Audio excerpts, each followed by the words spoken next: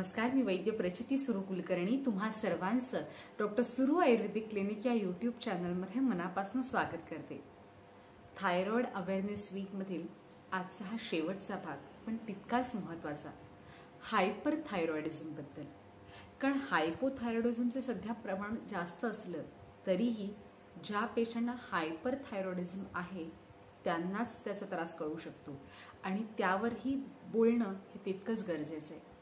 Hyper thyroidism म्हणजे काय, तर तुमची जी थायरॉइड ग्रंथी आहे ती ओव्हर ॲक्टिव्ह असते, म्हणजे खूप जास्त प्रमाणात काम करते आणि त्यामुळे T3 T4 हे जे थायरॉइडचे हॉर्मोन्स आहेत ते त्याची लेवल वाढलेली असते शरीरामध्ये आणि हायपर ॲक्टिव्ह थायरॉइडमुळे इन जनरल मेटाबॉलिझम प्रचंड प्रमाणात वाढतो आणि त्याची अनेक लक्षणे आहेत। तर आजच्या भागात बघूया त्याची कारणं, लक्षणं आणि काही उपाय। स्टॅटिस्टिकली हायपर थायरॉइडिझमचं प्रमाण हे स्त्रियांमध्ये पुरुषांपेक्षा जास्त दिसतं आणि 60 एज प्लस म्हणजे 60च्या पुढे याचं प्रमाण जास्त दिसतं। याची कारणं काय काय, तर नंबर 1 ग्रेव्स डिसीज। हा एक ऑटोइम्यून डिसीज आहे ज्याच्यामध्ये हायपर थायरॉइडिझमची लक्षणं दिसतात। दुसरं म्हणजे थायरॉइडायटिस। आयटिस म्हणजे इन्फ्लमेशन, म्हणजे सूज येणं। जर थायरॉइड ग्रंथीला सूज आली तर थायरॉइडायटिस त्याला म्हणतात, त्याच्यामुळे हायपर थायरॉइडिझम होतं, T3 T4चे लेवल्स वाढतात। तिसरं थायरॉइड नोड्यूल्स म्हणजे गाठी येणं।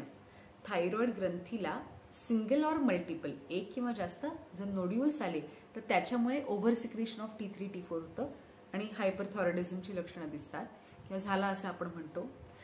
चौथं कारण म्हणजे एक्स्ट्रा आयोडीन इनटेक। गरजेपेक्षा जास्त आयोडीनचा जर आहारामध्ये समावेश असेल, आयोडीनयुक्त मीठ असेल किंवा आयोडीन कंटेनिंग फूड आयटम्स असतील, एक्स्ट्रा आयोडीननी सुद्धा हायपर थायरॉइडिझम होऊ शकतं। नंबर 5, काही वेळेस लोकांना हायपोथायरॉइडिझम असतं आणि अशा लोकांना एक ठराविक मात्रेत सिंथेटिक हॉर्मोन्स दिले जातात, पण त्याचा जर ओव्हरडोस झाला तरीही हायपर थायरॉइडिझम मध्ये दे मे लँड अप। म्हणजे काय, तर काही वेळेस लोक एकच गोळी, तोच डोस वर्षानुवर्ष घेत राहतात, पुन्हा मध्ये नीट रेग्युलर चेकअप न करता। त्या अशाला ओव्हरडोस होणं म्हणतात। म्हणजे तुम्ही रेग्युलरली जर मॉनिटर केला आणि डोस कमी केला नाही तर तो ओव्हरडोस होऊ शकतो आणि त्याच्यातून हायपर थायरॉइडिझम होऊ शकतं।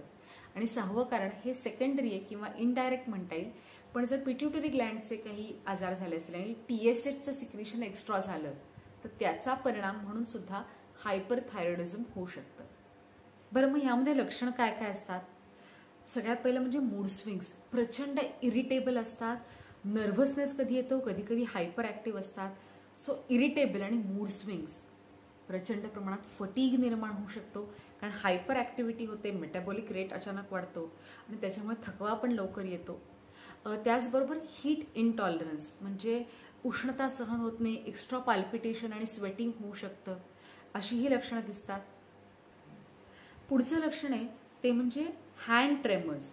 त्यांच्या हाताला कंप सुटू शकतो कारण ती अस्थिरता असते, एक्स्ट्रा शेकी हँड्स किंवा हँड ट्रेमर्स हे लक्षण दिसतं।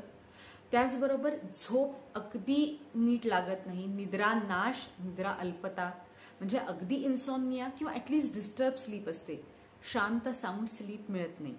ह्या पेशंटमध्ये हार्टबीट त्यांची इरेग्युलर असते आणि बऱ्याचदा पाल्पिटेशन किंवा धडधडणं, छाती धडधडणं हे जास्त प्रमाणात त्यांना जाणवतं। स्थिरता नसते, प्रत्येक गोष्ट अस्थिर असते। आईज बल्जिंग असू शकतात, म्हणजे प्रोट्रुडिंग, एक्स्ट्रा पुढे आलेले असू शकतात। पुढचं लक्षण म्हणजे डायरिया म्हणजे अतिसार, वारंवार मलप्रवृत्तीला जायला लागू शकतं, इरेग्युलर बॉवेल मुवमेंट्स असतात आणि त्यातही बऱ्याचदा जास्त वेळा जायला लागणं हे लक्षण दिसू शकतं। त्यामुळे फटीग पण येतो आणि प्रचंड प्रमाणात वेट लॉस होतो। म्हणजे ह्या पेशंटना भूक खूप लागते, ते खातात पण ते अंग कुठे जिरून जाता कळत नाही, वेट लॉस वेड्यासारखा होऊ शकतो, त्यामुळे तेही एक महत्त्वाचं लक्षण आहे। त्यातूनही फटीग येऊ शकतो। काही पेशंट्समध्ये जर थायरॉइडायटिस असेल किंवा नोड्यूल्स वाढले असतील तर अशा वेळेस गॉयटर म्हणजे तिथे सूज येऊन थायरॉइड ग्रंथी वाढते आणि त्यामुळे मानेला बाहेर सूज येऊन तो गॉयटर दिसतो। सो हे लक्षण सगळ्यांच्याच बाबतीत असेल असं नाही, पण ते जर कारण असेल तर गॉयटर हे पण लक्षण दिसतं। त्याचबरोबर BP वाढतं, त्यांचं बऱ्याचदा फ्लक्च्युएट होतं आणि हायर साईडला जास्त करून जातं। हेअर लॉस प्रचंड प्रमाणात होतो आणि ऑस्टिओपोरोटिक चेंजेस म्हणजे हाडं ठिसूळ व्हायला लागतात, अस्थिधातूचं बळच जातं, त्यामुळे अस्थिचे उपधातू असणारे किंवा मल असणारे इतर सगळ्यांवर, नखावर, केसावर याच्यावरही परिणाम झालेला दिसतो. सो अस्थि सौशिर्य म्हणजे ऑस्टिओपोरोटिक चेंजेस जाणवायला लागतात, केस गळतात आणि स्थिरता कमी होते शरीरातलीच. हायपरथायरॉइडिझम असणाऱ्या स्त्रियांमध्ये इर्रेग्युलर मेन्सेस म्हणजे मासिक पाळी नियमित नसणं, त्याची अनियमितता हे लक्षण दिसून येतं आणि काही एक्स्ट्रीम केसेसमध्ये त्याच्यामुळे इन्फर्टिलिटी म्हणजे वंध्यत्व सुद्धा त्या स्त्रीला सहन करायला लागू शकतं. सो हे स्त्रियांमध्ये स्पेसिफिकली दिसणारी लक्षणं आहेत. मॉडर्न सायन्सनुसार याची ट्रीटमेंट म्हणून सगळ्यात पहिलं म्हणजे काही ड्रग्ज वापरली जातात, ती साइन अँड सिम्पटम्सवर बघून त्याच्यानुसार दिली जातात, सिम्पटमॅटिक ट्रीटमेंट असते. दुसरं महत्त्वाची गोष्ट म्हणजे ते रेडिओ ॲक्टिव्ह आयोडीन थेरपी देऊ शकतात, ज्याच्यामध्ये रेडिओ ॲक्टिव्ह आयोडीन तुमच्या शरीरात दिलं जातं लिक्विड औषधाद्वारे आणि ते तिथे जाऊन रेडिएशननी काम करतं. तिसरा पर्याय असतो तो म्हणजे सर्जरी. त्याच्यामध्ये मग नोड्यूल असेल तर तो नोड्यूल काढला जातो किंवा जर खूप आयटिस, खूप इन्फ्लमेशन असेल तर पार्शल सर्जिकल ट्रीटमेंट केली जाऊ शकते अशा केसेसमध्ये. आणि मग त्यांना आहारामध्ये आयोडीनचं प्रमाण कमी ठेवा हे सांगितलं जातं जर ते कारण असेल तर, किंवा एक्स्ट्रा सॉल्ट नको, एग व्हाईटच फक्त खा, एग येल्लो नको, किंवा अशी काही थोड्याफार आहारातल्या गोष्टी अवॉइड करायला सांगितल्या जातात.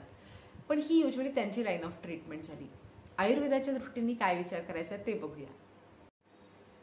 आयुर्वेदानुसार थायरॉइडचा विचार करताना म्हणजे हायपो किंवा हायपर अग्निविकृती हाच त्याच्या मागे मूळ विचार असतो आणि त्यामुळे तज्ज्ञ वैद्य या बिघडलेल्या तेज महाभूताला जागेवर आणण्यासाठी पृथ्वी आणि आप म्हणजे पृथ्वी आणि जल महाभूताची मदत घेऊ शकतात, वायू आणि आकाश महाभूताला कंट्रोलमध्ये आणू शकतात, तरच तेज महाभूत विकृत न होता ते योग्य जागी येईल.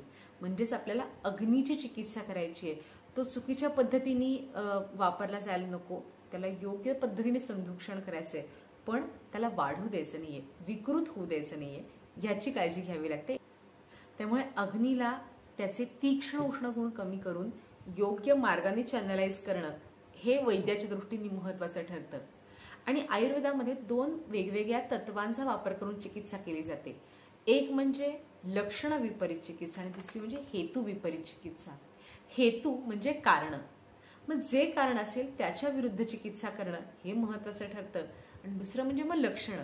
कारण आयुर्वेदामध्ये हायपरथायरॉइडिझमला ही एक गोळी, हायपोथायरॉइडिझमला ही एक गोळी असं समीकरण नाहीये. तर प्रत्येक व्यक्तीचं वय, ऋतू, प्रकृती, काय कारण आहे, हेतू काय आहेत ह्यावर पूर्ण चिकित्सा अवलंबून राहते. त्यामुळे 2 हायपरथायरॉइडिझमच्या व्यक्तींना अगदी सर्वस्वी भिन्न चिकित्सा, वेगवेगळी चिकित्सा ट्रीटमेंट दिली जाऊ शकते आणि दोन्हीमध्ये रिझल्ट मिळू शकतात.